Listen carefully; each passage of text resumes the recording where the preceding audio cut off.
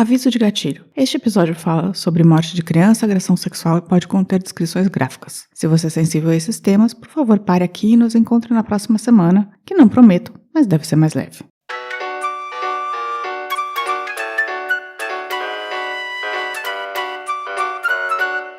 Ela tinha voltado do Brasil e ela estava muito entusiasmada com o Tatu Canara. Não sei, isso aí pode ser intuição da mãe, sei lá, de outras crianças conversando, não sei.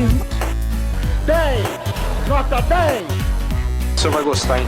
Bebê diabo parou o táxi na avenida. Ao vivo? É muito pior. Eu sou a Camila Quinto. E eu, Danilo Corsi. E no episódio de hoje eu vou contar o caso Ana Lídia e com ele completar a tríade de casos que ocorreram em 1973 no Brasil e que fizeram desses um dos anos mais dramáticos em termos de casos de desaparecimento e morte de crianças no país. Já contamos aqui o caso Araceli, que aconteceu no Espírito Santo, e o desaparecimento do menino Carlinhos, no Rio de Janeiro. Na verdade, Araceli aconteceu em abril, Carlinhos em agosto e esse caso, Ana Lídia, em setembro do mesmo ano. É uma loucura pensar que esses casos aconteceram tão perto no tempo, apesar de em pontos tão diferentes do Brasil. Então venha com a gente para Brasília saber um pouco mais da história brutal, cuja protagonista é uma menina de apenas 7 anos. Mas antes, vamos dar uma palavrinha dos nossos patrocinadores. O primeiro é o SiteGuy.dev. Se você quer começar o ano e colocar sua presença online em dia, procure o SiteGuy. Eles desenvolvem seu projeto com rapidez e eficiência e têm um preço bem justo. Entre em SiteGuy.dev e contate nossos amigos. Se você disser que veio daqui, ganhe um descontinho. E Danilo, qual é o vinho de hoje? O vinho de hoje é o Lídio Carraro Faces do Brasil Rosé Pinot Noir, um vinho rosé feito com as uvas Pinot Noir, Merlot e Touriga Nacional, que combina bem com frutos do mar, pizzas e sushis, ou seja, combina bem com a Camila. E ele está por cerca de R$60 lá no Drinco. Brinde história? Tchim, tchim. Tchim, tchim. Eu acho que o caso da Ana Lídia deixou o marco que um caso horrendo deixa em qualquer lugar, não deixou só em Brasília isso. Mas em Brasília, me parece, quebrou a sensação que a gente tinha de que ali era uma ilha segura. Que ali era Bem, hoje vamos a Brasília, ao ano de 1973, no dia 11 de setembro, quando Ana Lídia Braga, com apenas 7 anos, foi sequestrada ou raptada do colégio Madre Carmen Salles, onde foi deixada pelos pais às 13h30 para uma aula de reforço. Ela estudava pela manhã, mas fazia aulas de reforço ou de piano às tardes. O que é aula de reforço? A aula que você faz quando você não está indo bem na escola, ou para aprender um pouco mais, para fazer a lição, não sei, esse tipo de coisa. Tá. Nunca fiz. Mas primeiro vamos entender quem é a Ana Lídia. A Ana Lídia Braga era filha de Heloísa Rossi Braga e Álvaro Braga, ambos funcionários públicos de classe média, não ricos, que moravam na Superquadra 405 Bloco A, na Asa Norte, em Brasília. Os pais tinham 3 filhos, sendo que a Ana Lídia era bem temporã. A irmã mais velha, Cristina Elizabeth, tinha 21 anos na época e o irmão Álvaro Henrique tinha 18. Ana Lídia, apenas 7. Cristina Elizabeth trabalhava em um banco e Álvaro estava no cursinho, enquanto a menininha estava no primeiro ano fundamental. Além das 5 pessoas da família, uma presença constante na casa era Rosa Conceição Santana, que já trabalhava havia 20 anos para os Bragas e iria buscar a menina na escola naquele dia, como fazia normalmente. A dinâmica era quase sempre a mesma. Ana Lídia ia para a escola, almoçava em casa e os pais, quando estavam voltando do almoço, deixavam a filha na escola novamente para esses cursos extras, aula de reforço, piano e tal. A empregada Rosa buscava a menina cerca de 16 horas e os pais voltavam direto depois do expediente. Naquele dia, porém, quando Rosa foi buscar a menina, ela não estava. Pior, ela foi informada de que a menina não tinha ido para a aula naquele dia. Aí começou o furdúncio. Álvaro trabalhava no DASP, Departamento de Administração do Setor Público, e no meio da tarde foi informado que sua mulher estava desesperada atrás dele. A mulher também trabalhava no DASP, mas em outro setor. O que aconteceu foi que Rosa foi buscar a menina e a freira que comandava a escola disse que a menina não tinha ido, mas a empregada insistiu que tinha ido sim, e a freira ligou para a mãe, que falou que tinha deixado a menina na escola sim, a 10 passos da sala de aula. E aí os alarmes de todos dispararam. Mas a escola não fazia um controle de quem chegou, quem não chegou? Não, nos 80, né, Daniel? 70, whatever. Na verdade. Tudo bem, isso não é uma Imagina. bagunça, pô. A minha escola não fazia controle de quem chegava, quem não chegava. A minha fazia. Enfim, o pai vai pra casa, encontra o filho com a namorada Gilma e saem os 3 à procura da garotinha. Às 17 horas, a polícia é avisada e começam a procurar mais a menina, mas de forma mais organizada. Aí vem o papo do jardineiro, que começa as especulações. Ele afirma que viu a menina chegando e que antes tinha visto um rapaz na escola de blusa branca e calça verde, oliva ou meio marrom, ele mudou, e cabelos loiros e compridos. Ele diz que vê o homem falando com a menina e que os dois saem juntos, ela parecendo muito à vontade. Já desconfio desse jardineiro. Por quê, meu amor? Porque ele já soltou a especulação. Os pais estranham essa informação, já que tinham educado a menina para não falar com estranhos e ela era muito esperta nesse sentido. Então poderia ser um conhecido que encontrou com ela, talvez. Perto da escola, uma mulher também vê a menina passando com um homem moreno, baixo e de cabelos ondulados, ou seja, completamente outra descrição diferente da do jardineiro, né? Que não bate em nada. O menino, que era sobrinho do jardineiro, Benedito, também viu a menina entrando num táxi com um homem. Era um Fusca vermelho. Ana Lídia não é mais vista desde então. E essas foram as 3 pessoas que teoricamente viram Ana Lídia entre esse momento que os pais deixaram ela na porta da escola, né, na entrada da escola, e o fato dela ter desaparecido. O que você acha até aqui? Não dá pra saber nada. 3 horas depois da menina desaparecer, foi feito um pedido de resgate por telefone. O mais estranho é que o pedido de resgate foi feito pelo telefone para uma delegacia, para o delegado José Ribamar, pedindo 2 milhões de cruzeiros. Eu nunca tinha ouvido isso de uma vez na minha vida, que o sequestrador liga para a delegacia para fazer pedido de resgate, mas enfim. Nesse mesmo dia, um funcionário do supermercado perto da casa de Ana Lídia encontra um envelope endereçado a Álvaro Braga em cima de uns sacos. O sequestrador, que era uma carta, um pedido de resgate também, agora pedia 500 mil cruzeiros. Essa carta indicava o local para onde deveriam colocar o dinheiro, em uma ponte. Mas veja bem, ninguém acreditou direito que era sequestro, porque pediram 2 valores diferentes, de 2 meios diferentes. Que sequestrador que liga pra delegacia e outro deixa uma carta no supermercado. Alguém tentando faturar em cima, né? Não, e é estranho os 2 pedidos completamente díspares, né? Um de 2 milhões, Sim, outro de 500 pessoas diferentes mil. pedindo dinheiro. Mas isso foi logo depois do desaparecimento da menina, então poderia de alguma forma ter alguma ligação. O que você acha? Não sei, não dá pra saber nada ainda. No mesmo dia, acharam o estojo, os cadernos e a boneca Suzy, que a Ana Lídia estava levando para aula de reforço, tudo abandonado na beira de uma estrada, como se tivesse sido jogado para fora de um carro em movimento, então, a alguma distância um objeto do outro, sabe? O dia 12 de setembro amanhece e por volta da hora do almoço, o pior acontece. O corpo de Ana Lídia é encontrado no terreiro da Universidade de Brasília e, segundo a história, 3 policiais estavam fazendo buscas pela Ana Lídia e descobrem o corpo. O agente Antônio de Moraes Medeiros fala que estava rezando para que fosse iluminado para encontrar a menina quando viu um rato entrar numa toca com sinais de terra mexida recentemente. Aí ele vai até lá ver e acha o corpo. Perto do corpo tinha cabelos cortados, marcas de motos e de botas, camisinhas, além de papéis higiênicos com esperma. Ela foi enterrada de bruços, nua. As roupas e a mochila de Ana Lídia nunca foram encontradas. Antes de ser assassinada, Ana Lídia foi torturada brutalmente. Cortaram seu cabelo bem rente, arrancaram os cílios de uma das pálpebras e ela estava cheia de hematomas e arranhões. Ela foi estuprada depois de morta e morreu por asfixia, com o rosto comprimido sobre a terra ou talvez não foi por esganadura, sabe? Alguma coisa comprimiram ela com alguma coisa para deixar de respirar. Não se sabe se ela foi morta naquele local ou em outro local. Parece uma coisa muito violenta, assim, pra ser só um sequestro. Então não parece ser um sequestro. E em 12, não. E foi em 24 horas, assim, que ela tinha, porque ela foi deixada 1h30 da tarde, no outro dia, 1 da tarde, encontraram o corpo. Foi muito rápido isso, né? Com o corpo liberado da autópsia, Ana Lídia foi sepultada no cemitério Campo da Esperança e seu túmulo quase que imediatamente se tornou um lugar de peregrinação em Brasília. A notícia se espalhou como rastilho de pólvora para usar uma expressão já idosa, já que esse foi um dos primeiros crimes violentos que aconteceram na cidade. Até então, Brasília era uma cidade nova e segura, um sonho no meio do cerrado. 2 dias depois da morte, Álvaro Henrique, o irmão, é citado como suspeito em alguns jornais. O jardineiro reconheceu Álvaro ou um cara muito parecido com ele. Os pais, no entanto, dizem que Álvaro estava com eles no carro, a caminho do Detran. Jardineiro. Ele andava de moto, mas não tinha carteira, então precisava tirar uma carteira logo. Os pais depois disseram que ele estava com medo porque tinha sido parado numa blitz na semana anterior, mas pesquisas disseram que não tinha tido nenhuma blitz nos dias antes, então talvez tenha sido um caô. A acusação também descobriu que ele tinha fumado maconha algumas vezes e pagou o aborto da sua namorada com o dinheiro dos pais, da Gilma. Álvaro tinha uma moto e isso batia com as marcas, mas não foram confirmados os pneus por moldes. Aliás, o advogado de Álvaro Henrique diz que sim, que ele mesmo levou a moto de Álvaro para ser periciada e que as marcas não batiam, mas isso nunca foi juntado no processo. E assim, esse processo foi muito complicado, a polícia não fez porcaria nenhuma, assim, e a gente já vai entender por quê. Mas então por que o Álvaro Henrique faria isso com a irmã? A teoria é que ele tinha uma dívida com drogas.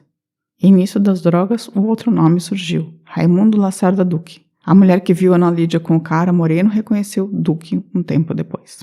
Duque trabalhava com a mãe de Ana Lídia no DASP, na época que a Ana Lídia nasceu, mas não era íntimo da família. Ele foi prestar solidariedade quando ela morreu e foi o último contato que a família teve com ele. Era paraense e tinha uma vida loucona, um drogadito que chegava a se picar e bebia bem. Confessou à polícia que tinha fortes impulsos sexuais quando estava bêbado. Uma semana depois do caso vir à tona, ele foi aposentado do DASP.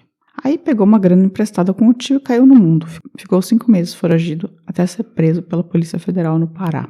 No depoimento, disse que tinha feito tratamento para combater o vício e comprava drogas dos hippies. Não tinha desejo com menores especificamente.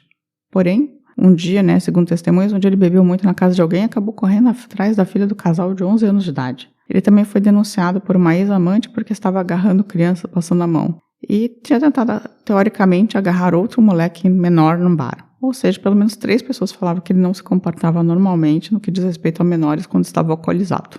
Interrogaram ele por 18 dias, ele afirma que foi muito torturado. Depois foi solto e mudou-se para Anápolis, para ficar perto de Brasília, para ficar com a mãe. Não tem nenhuma evidência aí, né? Nenhuma evidência. É só... Disse. Basicamente, até agora, o jardineiro falou que o cara era meio parecido com o irmão da Ana Lídia. Aí descobriram que o cara fumou maconha 3 vezes. Aí foram atrás de quem na família tinha algum conhecimento com drogas. Falaram do Duque, e aí o Duque virou... Ele foi reconhecido pela segunda mulher, e aí virou, teoricamente, os 2 suspeitos, e essa foi a razão, tá? Mas assim, prova, 0. 0, né? Em novembro de 1974, a PF foi chamada a explicar o que tinha acontecido, porque eles tinham parado de investigar Duque e Álvaro Henrique no caso Ana Lídia, né? Aí aparece uma história ainda mais confusa. Uma estudante chamada Fátima Maia acusou Álvaro e Raimundo de a terem torturado. Fátima Soares Maia, de 21 anos, estava se preparando para entrar na UNB e morava com um casal de amigos dos pais na quadra vizinha de Ana Lídia. Ela estudava com Álvaro no cursinho e conheceu Duque numa praça com Álvaro, segundo ela, né? Segundo o depoimento dela. Então ela desistiu do cursinho objetivo e foi para outro, que não era mais o de Álvaro, chamado pré. Depois de um tempo ela começou a faltar demais nas aulas do cursinho. Chegou em casa e achou a porta arrombada. Viu que estavam faltando 100 cruzeiros. No dia seguinte, quando voltou para casa, estava sangrando pelo nariz, tinha queimaduras de cigarro nos seios e pelo corpo e cortes nas coxas. Segundo os relatos iniciais dela, ela estava envolvida com uma gangue de traficantes. Tinha tentado se libertar dele, então trocou o cursinho porque tinha medo de represálias. Parece que os traficantes ficavam no objetivo. Você estudou no objetivo, né? Estudei, talvez. Tinha traficantes lá nos seus objetivos? Provavelmente. E esses traficantes eram maus e estavam envolvidos com a morte de Ana Lídia. Os nomes que ela citou foram Tony, Álvaro Henrique, Marco Sérgio e Duque. Além de 2 figurões, Buzaidinho, filho de Alfredo Buzaide, e Eduardo Rezende, filho de Eurico Rezende. 2 figuras proeminentes no governo militar, em especial Buzaide, que tinha sido ministro da Justiça, e o Eurico Rezende era senador. Segundo ela, eles não queriam que ela falasse o que sabia. O estranho é que as ameaças parecidas foram feitas ao jardineiro e às freiras da escola. Ligaram e falaram para ter cuidado com o que iam falar. Bom, levando em conta que são figurões, filhos de figurões, é tudo possível, mas tá faltando provas, né? Segundo Fátima, Álvaro Henrique era uma vítima do grupo, chantageado constantemente. Álvaro morria de medo do filho de Alfredo Buzaide, pois era muito poderoso. Ela ainda acusou o Duque de ter injetado drogas nela à sua revelia e de ter pedido grana para comprar mais drogas, e indicou para a polícia o local onde ela tinha sido atacada, e a polícia foi até lá e lá realmente acharam alguns objetos dela. Mas é uma história muito louca, né? Um bando de filhinho de papai atacando uma menina não tem nada de muito louco. Não, mas injetando cocaína à força. E qual que é a relação do Duque com as outras pessoas? Talvez fizesse parte do grupo, mas assim, eu tô ainda... Tudo bem, aqui é um depoimento da vítima, mas ainda assim, tá faltando indícios, né? Assim, alguma coisa que coloque de fato eles ali na situação toda. O curioso é que o Duque é um cara de 30 anos e o resto é tudo um moleque de 17, 18. Né? Mas até aí... Bem, a polícia chama o Álvaro. Ele diz que não conhecia a Fátima, nem o Duque direito, que não tinha nada a ver com isso. O Duque também disse que não tem nada a ver com isso. Então ela tirou as queixas, disse que foi uma tentativa de suicídio, pegou um voo e voltou para João Pessoa, de onde era originária. O que é bem estranho também. Pode ter sido muito ameaçada, né? O advogado dos Bragas disse que ela fez isso porque estava roubando dinheiro da família que ela estava ficando, porque estava... Também é possível. Drogada. Um mês depois, na Paraíba, Fátima deu uma entrevista dizendo que tudo que tinha falado antes era verdade e reforçou que tinha sido pressionada para dizer que não era nada disso, que tinha sido suicídio. E tirar as queixas e sair correndo. Rezendinho e Buzaidinho foram os reais empecilhos para a polícia investigar esse caso de verdade. Quando chamaram esses rapazes, Eduardo Rezende e Alfredo Buzaide, nada foi para frente. Eduardo deu um depoimento de 10 minutos, disse que estava em Belo Horizonte na época. Porém, era usuário de pelo menos maconha, pois encontraram maconha com ele um tempo antes, ele tinha sido preso, mas aí ele foi indicado para uma casa de saúde, sabe, de internação de 6 meses, ele fugiu da casa de saúde, e isso foi nos anos 70, né? Depois ele foi internado novamente em 74 por drogas e acabou não respondendo pelo caso, porque estava internado. O Buzaidinho alegou que não conhecia nem Álvaro nem Duque. Os dois estudavam na mesma escola, né? O Álvaro e o Buzaidinho. Ele foi morar em São Paulo. O motorista da família disse que levou o jovem ao médico naquele dia e que não era possível ele ter feito nada. Na verdade, a polícia não queria investigar nada. Alfredo Buzaide foi um dos caras que redigiu o AI-5 e tinha sido ministro da Justiça de Médici, ou seja, era o canalhão com ótimos contatos, e não era bom para o filho do ministro da Justiça aparecesse em investigações de assassinato. A história seria que Álvaro levou a irmã até Duque, que levou para Rezendinho e Buzaidinho em um sítio da família Rezende. Porém, justamente por conta deles, é que se acredita que o caso nunca foi para frente. Para mim, ainda a participação do irmão é completamente... Não tem nenhuma especulada. Prova. Em 1974, o Departamento de Justiça Federal mandou uma nota para todas as redes de TV, falando que eles não poderiam mais falar sobre o caso Ana Lídia na TV, nem nas rádios. O Ministério Público ofereceu acusação contra Álvaro e Duque. Os dois ficaram 2 anos presos aguardando o julgamento. Tipo, os caras eram tão importantes, né? Principalmente o Buzaidinho, assim, que os caras, tipo, basicamente abafaram o caso literalmente. Ah, assim. mas era ditadura, né? Parte do governo. Os pais de Ana Lídia defenderam Álvaro, falando que ele não tinha problemas financeiros, que tudo era um absurdo, que a polícia tinha resolvido pegar um bode expiatório qualquer. A família disse que eles torturaram Álvaro com choques elétricos e murros. Uma das perguntas era se conhecia o filho de Buzaide e se tinha fumado maconha com ele. Duque foi preso algumas vezes pela Polícia Federal também e também foi torturado. Pegaram o irmão do Duque e também o torturaram para tentar tirar algum tipo de confissão, mas nenhum dos dois nunca confessou, tá? Álvaro Braga falou que não se importava que conhecessem os assassinos da filha antes, já que isso não faria ter a filha de volta, né, o pai. Mas depois de colocar um filho no meio, ele queria saber efetivamente o que tinha acontecido para, tipo, liberar o filho, né, dessa história. Já a polícia achava que ele tinha perdido uma filha e que, na verdade, ele estava defendendo o filho por causa disso, assim, para não perder o segundo. O jardineiro, depois, em depoimento, disse que não era Álvaro, mas alguém parecido com ele. E aqui vale fazer essa ressalva. Uma testemunha ocular não é confiável. Nunca foi e nunca será. E aqui, nesse caso, o jardineiro, teoricamente, tinha visto a pessoa só de costas a 50 metros de distância. No julgamento, os dois, Álvaro e Duque, foram absolvidos. Duque foi condenado, no entanto, por falsificação de documentos, porque quando ele estava foragido, né, ele fez um documento falso e pegou uns meses de cana. A polícia, na real, foi a maior culpada nesse caso. A investigação foi ridícula. Eles não investigaram o esperma, não colocaram os moldes no processo, não viram se Álvaro foi ao Detran ou não naquele dia, sabe? Não confirmaram isso. Para os militares, a desculpa que existia era que tinham sido grupos subversivos que queriam colocar a culpa em nomes importantes para eles, assim. Parece uma loucura de Bolsonaro de agora, né? Sim. Os militares falando que, tipo, na verdade, tipo, não foi nada disso e que estão colocando a culpa no filho do Buzaide porque são os grupos subversivos que estão fazendo isso. Os outros investigados, contra quem também nunca houve prova alguma, não se deram muito bem na vida também. Buzaidinho morreu em um acidente de carro em 1975, com 19 anos. Na época, falaram que ele era o culpado e que tinha fugido. E simularam a morte dele por conta disso, assim. Em 1986, foi autorizada uma exumação, mas exumaram por errado o avô dele. Aí depois, exumaram efetivamente o corpo do Buzaidinho, mas os dentes do cadáver tinham sido removidos. Então não tinha como dizer se era ele ou não, mas o legista falou que era mesmo. Eu achei estranha essa história. Esquisito. Eduardo Rezende, o Rezendinho, se matou com um tiro no ouvido em 1990, no Espírito Santo. Duque morreu por conta de alcoolismo com 60 e poucos anos. E Álvaro Henrique é médico no Rio de Janeiro. Ele e a irmã estão vivos na casa dos 60 anos. Os pais são falecidos. E essa foi a história do caso Ana Lídia Braga, que fecha a trilogia dos horrores de 1973 no Brasil. que você achou dessa história, Danilo? Mais uma vez um show de lambança da polícia, né? Mas ali não dá nem pra dizer, assim, se os buzaidinhos, os Zuzinho, tudo estavam envolvido, porque tudo tão, assim, do nada surgiram as coisas. Pois é, não tem prova de nada contra ninguém, na verdade. Pois é. É um show de disse-me-disse, assim. E não foi investigado absolutamente nada. Sim, ficou um crime aberto, né? Mesmo que, sei lá, os playboyzinhos tenha sido a situação toda, feito alguma coisa assim, tipo, tudo que você contou aí, nada me faz entender que eles poderiam ser acusados de qualquer coisa. Não, e eles deixaram, tipo, por exemplo, esperma, eles não conservaram esse esperma, e deixaram 15 dias parado no Instituto Médico Legal lá, até, tipo, estragar, entendeu?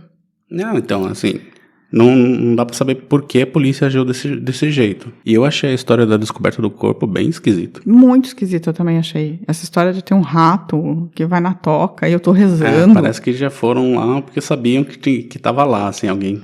Então, na minha cabeça, eu acho que a polícia, tipo, sabia o que tinha acontecido. Parece que sim. Meio de cara, assim. E eu não acho que tem a ver com o irmão, não, sabe? Eu achei que o irmão foi uma solução fácil, assim. Mas eu acho que tinha a ver com... Talvez tivesse a ver com esses dois caras, com o Buzaide e o... Possível, mas tudo que você contou, assim, não dá pra falar nada, não, né? Não, assim, dá. Não tinha nem nada. Não tinha. Mas, assim... Os caras fizeram tanto esforço pra não investigar...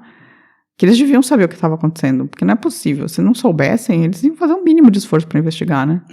Então, começou a ficar bem estranho quando essa história, assim, tipo, um policial viu um rato e descobriu um corpo. Então... Tipo, na universidade. Assim. Estava rezando. Não, esse é o melhor, né? Eu estava rezando para achar um corpo quando eu vi um rato passando e aí eu encontrei o corpo. Muito estranho. Foi muito estranho, assim. Mas, assim, o caso é sem solução até hoje. Vai fazer 50 anos esse ano. E vai continuar sem solução, né? A não ser que... alguém tenha deixado, algum desses policiais tenha deixado alguma carta, testamento, falando o que aconteceu. A única coisa que esse suicídio de um deles, assim, e depois essa história do corpo sem dente também é bem estranha, né? Também é estranha. Então, mas também é tudo circunstancial, não dá pra ligar não nada, dá, né? É tudo muito maluco, assim. Mas é um caso terrível, Se levar em conta, assim, o histórico desses playboy, assim, de filho de cara de ditadura, é bem possível que tenham feito barbaridades, né? Mas não dá pra acusá-los, assim. Não dá. E foi um crime extremamente brutal, assim. E também não parece um crime cometido por um adolescente, sabe? Assim, nesse sentido. Aí depende. Não sei. Eu acho que extremamente brutal, assim. Mas pode ser também, eu não tenho como afirmar. Bem, você conhecia essa história? Não conhecia, não. É triste, assim, bem triste, mas é muito absurdo, assim. O Brasil, tipo, o esforço é zero, assim, de investigação. Não, se ameaça passar por alguma coisa, alguém de poder e tal, a coisa fica bem complicada. E a coisa do sequestro também. Os caras não fizeram grafologia do envelope. Não, mas aquilo, pra mim, foi encenado completamente. Talvez, assim, sabe, até o próprio não tenha tido ligação nenhuma. O delegado falou, ligaram aqui. Pois é, ligaram pra polícia. Tipo... É muito estranha essa história. Eu acho que tem um abafo gigantesco, assim, nela. Tem, mas até aí não dá pra dizer também se foram os dois ali. Não dá, mas que tem. Pode ter sido o pai. Ou Alfredo Buzaide. Ou vai saber. O redator, um dos redatores do AI-5. Né? Bonzinho ele não era, né? Enfim. Bem, essa foi a história da Ana Lídia. Vamos dar uma pausinha pros recadinhos? Sim. A polícia não teve a necessária autoridade para fazer isso. Poderia ter feito. Agora, você... naquela época, chamaria o filho do ministro da Justiça para colher material visando um exame desse tipo? Dificilmente, né?